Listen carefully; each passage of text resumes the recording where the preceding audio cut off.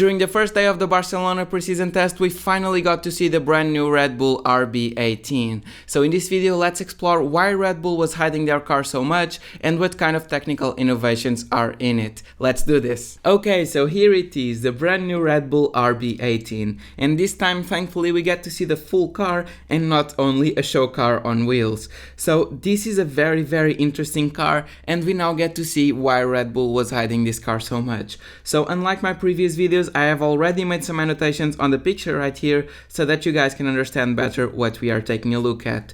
So we are taking a look at a car that has the 2021 style of cooling, but it has a pull rod rear front suspension just like the McLaren. But the real secret of this Red Bull is really around this undercut section right here, which we will see in a few minutes is really a crazy undercut section and by far the most developed side pod region that we have seen in any car so far. And then we have the simple outwash front wing, which is the same concept that we have seen all of the teams using so far. Now I must admit that the livery suits this car much better than the old one, but I really don't like the fact that they have added this sponsor to the front and rear wing and removed the Red Bull logo almost entirely. And when it comes to the front wing, you cannot even see the Red Bull logo. You can see that there's an inkling here somewhere, but you cannot really see it. And I just think that visually this makes the car much worse, but that's not what we are here for. We are here to see the full technical details of the Red Bull RB18. So starting with the suspension, you can see that Red Bull, just like McLaren, is running a pull rod front suspension.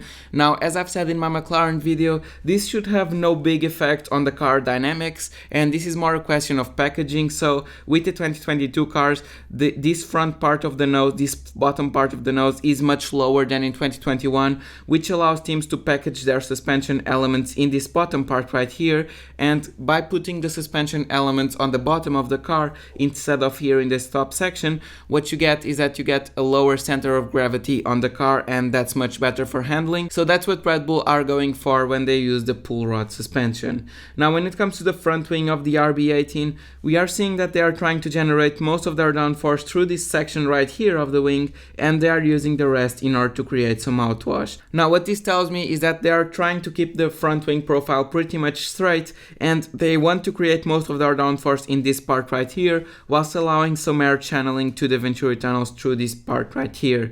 So this is a very interesting front wing, but definitely a front wing that I don't expect to be their final version, and I really expect a lot of development around this area. But now let's actually take a look at the thing that everyone is talking about, and that's this crazy side pod arrangement that we see with Red Bull. So I'm going to show it in a picture right here, but you can see that Red Bull's side pods are really up high in the car, and that the section that they use for the radiator, which is this section right here, is really small. Now this opens up this entire section right here to be the undercut, and whereas with other teams, as you can see in this picture right here, you have relatively small undercuts, or in the case of the Ferrari, almost non-existent undercuts. If you look at the Red Bull, you see this massive opening right here when compared to the other two, and this will allow them to push a lot of airflow through this bottom part right here. But for me, the most interesting thing about the Red Bull side pods is the fact that they were able to package every single part of the cooling of the car in this section right here without feeling the need to use cooling louvers. So it's not very hot at Barcelona right now, but even still, I would expect them to run cooling louvers with this setup. So what this means to me is that unlike some other cars that we have just seen, just like the Aston Martin, the air is meant to come here into the side pod opening right here, and then come out of the back of the car like this, instead of using the cooling louvers in this section right here. Now I definitely think that this is very interesting given the small profile of the side pod, and it will be very interesting to see how Red Bull and Honda are able to cool this engine with this kind of packaging. Okay, but now let's actually take a look at how the Red Bull RB18 works. So they are using this very sculpted air intake right here, and this air intake is made as such in order to allow that clean air goes into the radiators, because they have such a small radiator section and such a small cooling section right here that they definitely need very clean and laminar airflow in order to go to the radiators in order to achieve the most cooling possible. And this surface also allows them to put more air into this undercut than if they just had the radiator opening just like most other teams. Okay, but taking a look at this picture right here, you can see mostly how this concept works. So just like other teams like AlphaTauri, they are using the same style of side pod pod with the downwash concept, where the side pod just has this shape and then the air is meant to follow just like this. And this is the same concept that we have seen in the AlphaTauri and in many other cars, but then they couple this design with a very big undercut. So what this will mean is that both this airflow on the top of the car and this airflow on the undercut will combine around the Coke bottle region right here behind the tire, and then there you will have a very accelerated airflow in this section right here above the diffuser. Now what this will mean is that the airflow coming through the top of the diffuser will be very fast, and this will just make the diffuser work harder and increase the diffuser's efficiency a lot. Now this is a very interesting concept to be making, because a lot of teams are choosing between having a big undercut or having this kind of downwash side pod arrangement, but Red Bull seems to be able to have found a solution to have both in the same concept. And this was what they were trying to hide.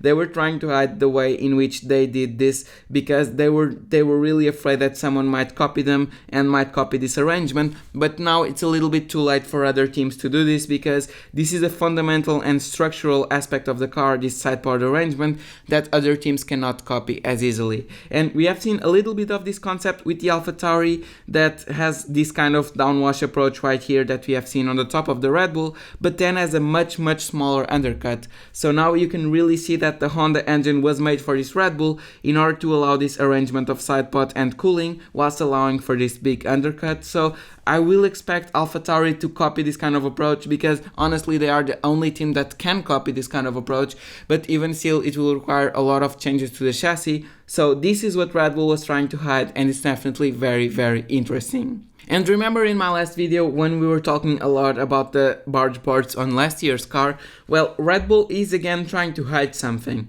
So in this part right here of the car, they have this double floor vane. So with most other teams, we've seen, as you can see in these pictures right here, you see one floor vane right here. So both in the Mercedes and in the Ferrari, and in the Ferrari it's very small, you see one small floor vane. And what this is trying to achieve is the same effect as the barge bars did before, which is trying to keep the wheel wake outside of the car and trying to keep the clean air into the undercut of the car, just like we had in 2021 to lead the air to this Coke bottle region right here.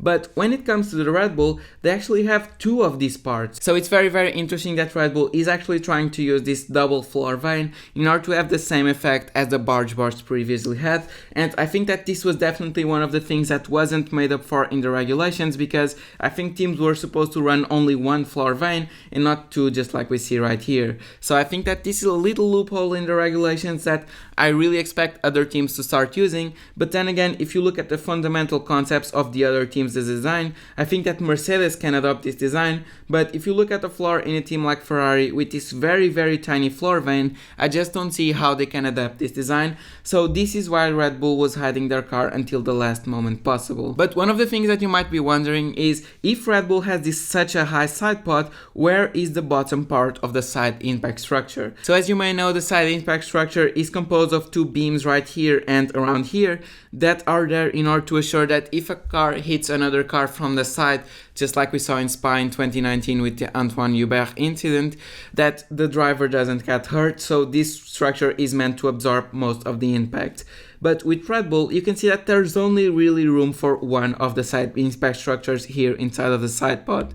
So they got around this by actually putting the second part of the side impact structure, as you see here, in the floor. So they are using the maximum allowed vertical distance between the two side impact structures in order to achieve the best aerodynamic package possible. So their bottom part is really on the floor, and you can see that it really disturbs the floor design a little bit when compared to some other cars, because it sticks up right here. And the top part is probably hidden inside of this top part of the side pod in order not to disrupt the airflow. So again, Red Bull is really pushing the car to the limit with this double floor vane, with this huge undercut. They are pushing the cooling of the engine to the limit, but they are also pushing the regulations to the limit, because as you can see, this is a really different concept to other teams, which are either trying to use this downwash approach or are trying to use this top side pod approach right here. And you can see that Red Bull has a very interesting design of the car, and honestly, this is the best looking package that we have seen so far. And I now understand why Red Bull were trying to hide this car, because